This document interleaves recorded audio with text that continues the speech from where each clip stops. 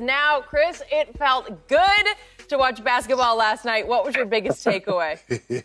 Well, yeah, it definitely felt good. You couldn't ask for a better restart if you're the NBA with both games. But look, I told you guys, I was on the show yesterday. I said it's very much a must-win for the Lakers, and they played like it. They came out and played like they needed that victory. So good for them. It's 2-2 in the regular season series. When they meet each other in the playoffs, it'll be even. So that's great for all the NBA fans. But for people like myself that picked the Clippers to beat the Lakers in the playoffs, there's no reason for me to be discouraged whatsoever. I mean, they were right there, had a chance to win that game without Montrezl Harrell, without Lou Williams, with Patrick Beverley limited to 16 minutes, with their offense very much disjointed at times because of different guys being in the lineup that usually aren't playing. They had 20 turnovers last night, so you could see it right there, and yet they still were in the game. The difference last night was the bench. The Lakers bench with Alex Caruso, Kyle Kuzma, Dion Waiters, those guys were great. They all had high plus minuses, whereas four of the Lakers starters all had negative plus minuses. And then on the opposite side, the Clippers bench was a problem and struggled. But we know when Harrell and Lou Williams get back, that's not going to be an issue. So, again, as a guy that picked the Clippers, I feel very confident. Now, there's an interesting thing developing in this series. You see that the Clippers give LeBron major problems, right? And that's to be expected when they got two of the best perimeter defenders in the league in Kawhi and Paul George. LeBron in the 4 games against the Clippers, 37% field goal percentage. That's his lowest against any team he's played more than once this season. 21 points a game. That's 4 or 5 below his season average. But what's interesting is, and last night he really struggled, obviously, in the first 3 quarters. In the fourth quarters, the last 2 games that the Lakers have won, LeBron has been very good. 7 points last night, 2 assists on 3-pointers in the fourth quarter. Obviously, the 2 drives in the last minute and a half, including the game winner. And Anthony Davis, while a lot of people might praise him, and he was great in the first 3 quarters, he scored 2 points in the fourth. He's got 10 points in the fourth quarters of the 4 games against the Clippers. So the question for the Lakers is that the formula? Can they trust that formula? Is it AD's going to carry them through 3 quarters? And can they trust that LeBron's just going to be able to dominate in the fourth? That's a tough thing to do when you got such great defense on the perimeter by the Clippers. So I was discouraged that AD didn't do a little more in the fourth. And then finally, let me throw this in. LeBron's defense was phenomenal. That's a big sign for Lakers fans. They got to like that. When he wanted to, he locked down Kawhi and Paul George. The last game they played, I think it was March the 8th or the 9th. Did Lou Williams and Montrezl Harrell play? Did Avery Bradley play? Skip, it's not your turn. I'm just asking Chris Broussard. Oh, you're asking Chris. I'm not saying that they're going to sweep them. No, Skip. I didn't ask you if they're going to. That's not what it's. LeBron was great in that one. Chris, all I asked was a simple question. The last time they played them at the Clippers, at their home, did Lou Williams and Montrezl Harrell play? Yes.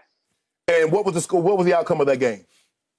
Because the problem that you guys say is that you make it seem like the Clippers are unbeatable.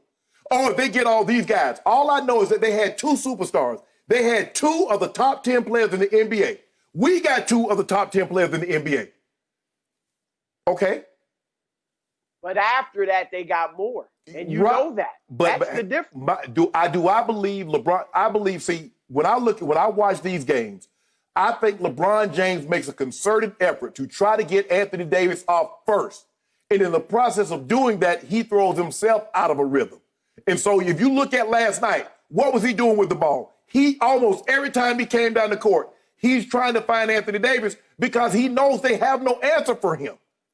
None, 0. So you can get Trez back. You can get Joakim Noah. He put 32 on Joakim and Zubac in 3 quarters. He played a little bit more than they probably wanted him to in the third quarter. He played the entire third quarter. And they asked Coach Vogels about that. And he said he had the hot hand, we rode him, and he kept us close. Now go, James, bring us home. And what he do, Chris? All I know is this, what we do know. When Kawhi Leonard was trying to get to the basket and LeBron James says, I don't want you to get to the basket, where did he go? When Paul George was trying to get to the basket and LeBron James says, I don't want you to get to the basket, where did he go? Kyle Kuzma and Dion Waiters. I like that. I like what I saw last night because we got two guys that can create their own shot. Minus Rondo, Caruso was a little shaky at points in time last night, but we got this. I want that same manager, Chris Broussard. You see the look on your face right now? You gonna get it. You gonna get it. You gonna get it. I have a question for Shannon Sharpe. What you want now? Did Anthony Davis play in the fourth quarter last night? I'm not sure he did. Yeah, he played. He didn't make a field goal. He took one shot. He missed it. He did make his 2 free throws because he makes every free throw. He made 16 out of 17 free throws, which became really the difference in the game. But he didn't score a field goal in the fourth quarter. And you have the audacity to try to tell the people out there in our audience they have no answer for him. They don't. He's the answer to himself in the fourth quarter because he disappears in lots of fourth quarters, as Chris Broussard just pointed out, against the Clippers. Help me out. Your two superstars scored a combined total of 1 point when they was guarded by LeBron James in the fourth quarter. That's what we know. Now, Anthony Davis played all 12 minutes in the third. I'm sure Frank Vogel wanted to get him a break, but he had it going. And, Chris, you know in games like this, when a guy gets it going, you're not taking him out. Here's the other thing with AD. I want him scoring closer to the basket against the Clippers. I'm not going to count on AD hitting all these threes. We saw him hit the 2 threes in the third quarter. He looked great. But I need him closer to the basket against the Clippers. He's a good perimeter player for a big man. He's not Kevin Durant or Dirk Nowitzki or something like that. So the fact that he's floating around on the perimeter, I don't like that as much. He shot 17 free throws. Where do you think they was fouling him at? The 3-point line? Yeah, sometimes. He got to the line. Yeah, and he got to the look. He got to the line. You're right. But I just need a steady diet. And again, it's nice to be able to step out to the perimeter and have that in your game. But I want him closer to the basket. And I believe the Lakers want him a little closer to the basket against the Clippers because that's what they're going to need from him. Look, you're right, Shannon. LeBron was great in the fourth. His defense was phenomenal. But is he going at 35? That's going to have to be how it is. They're going to need more from AD in the fourth so he can help LeBron if they're going to beat the Clippers 4 out of 7. Kuz and Dion Waiters. So, Shannon Sharpe. What? This was the definition of a moral victory. It was. Chris Broussard is dead on right about this because the Clippers were stuck playing Landry Shamet, who had played 0 scrimmage minutes, and he was a liability last night. 1 for 8 from the field, 0 for 6 from the 3-point line. They were stuck playing Marcus Morris, who looked like he'd never played basketball last night, 0 for 4 from the field and couldn't guard anybody. They were stuck with Reggie Jackson playing 34 minutes at point guard because Patrick Beverley had played 0 minutes in any scrimmage. Patrick Beverley was really good. If he could have played 25, 30 minutes last night, Clippers win that game. He kept y'all in the game. That's what I'm saying, but he got stuck playing 15 minutes because he just wasn't ready. Reggie Jackson goes 3 for 10 and had a hard time on defense. At one point, Marcus Morris was so bad getting up the floor. Remember, Caruso just beat him up the floor, dribbling right-handed, and laid it in. That's how bad it got. You heard he said, Chris, he up here talking about Landry Shamet. Like, Landry Shamet was 1 of 8.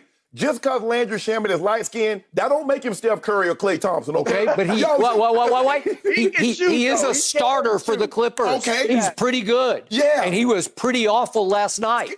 Okay, so in the end, guys who didn't recognize getting minutes last night. Shannon, you know that. Okay, so in the end, despite all those liabilities, the Los Angeles Clippers had a last shot to either tie or ultimately to win the game. And I know it was a poor possession. It was a bad idea because they had no plan. And Chris, I have told Shannon from the start of this show, I do not believe that Kawhi Leonard is a natural-born closer, nor do I believe that Paul George is anything but George Paul with the game on the line down the stretch as we often saw against LeBron James. They need Lou Williams. They need Montrez. Those are their fourth-quarter closers. They're door slammers, the most dynamic bench duo in all of basketball, and obviously they weren't there last night. If they had played in that game, I believe the Clippers would have won that game by 15 because they would have put them in mid-third quarter, and it would have just gotten worse and worse for the Lakers. But, Chris, but you notice you didn't hear Skip say anything about Kawhi Leonard should have dribbled the basketball, risen up over LeBron James. He's the greatest mid-range shooter since Michael Jordan. I told you that. Now, if LeBron James passes up the ball, whoa, what's going to be said, Chris Broussard? Well, he ran from the free throw line. That's what I would say. And, one thing about Kawhi Leonard, he will not run from the free throw line. He missed in the fourth quarter. He has missed occasionally, but he'll mostly make those. He'll make the free throws. And George, go ahead. George missed 2 free throws too. He did. Paul George missed 2 free throws late. So that's to your point, Skip. But look, the most encouraging thing might have been LeBron's defense for the Lakers. I mean, you're right. I think Kawhi, and you saw it in the second quarter, his mid-range game, it does look like Jordan's. Jordan's told me it kind of reminds him of the way he is in the mid-range.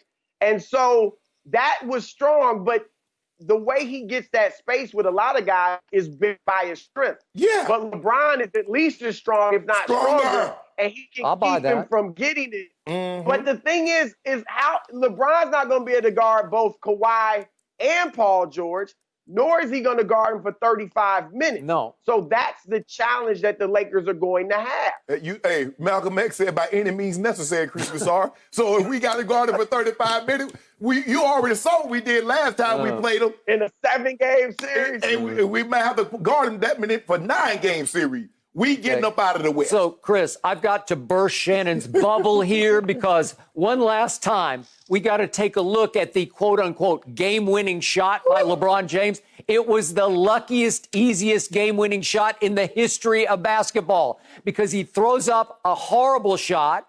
He bumps bodies with Marcus Morris. They think there's going to be a whistle because I thought it was a charge and maybe it was a block. Who knows what it was? The ball goes up in the air. It is so short, it ticks off the underside of the front of the rim. It ricochets right to LeBron, who's sort of finishing off the play, and he says, look what I found, a game winner. Maybe I should just lay it over the front of the rim, a lay-in to win the game. Can it get any easier than that for LeBron James? Way to go, LeBron. Congratulations. I'm not going to co-sign that. That's a great play by LeBron. Look at who's there. Paul George is right there. That was a great follow by LeBron. But great follow? Yes, that was a great follow of his own shot. And time out, Chris. Chris. Look at the Kawhi, Paul George. No, they're not. All those guys it was Marcus Morris. And remember, Doc had to go small. He took Zubats out, he took Noah out, and he obviously didn't have Harold to put in. So you are small, and LeBron James at 6'9", the tallest guy on the floor, says, I got a super highway to the basket for a lay-in that becomes the game winner. I will give you the defense at the other end. I give you that. That was greatness on LeBron's part. I haven't seen that for 2 years. I give you that much, but I don't give you a great shot. Hey, Chris, you remember how he used to come out here last year and he would show them the blooper? You want to see it again? How Kyle Kuzma zone you? Is that who it was? How Kyle Kuzma pushed LeBron. He had to push LeBron into three-point defense. Go guard him. He guarded nobody. Now, locked him up. Locked up Kawhi. And I mentioned this earlier to Skip, Chris, is that the thing that Kawhi is stronger than people give him credit for. So when he leans into you and puts that shoulder, he can create separation. But because LeBron has more bricks in his back pocket than Kawhi, he doesn't move off that spot. So it's harder for him to create the space to elevate, to shoot that mid-range against LeBron than it would against some other small forward in the NBA. But he just goes to show you, when he wants to lock in, lock it down. That was impressive. That was impressive. But here's the interesting thing. You brought up that last shot, Skip.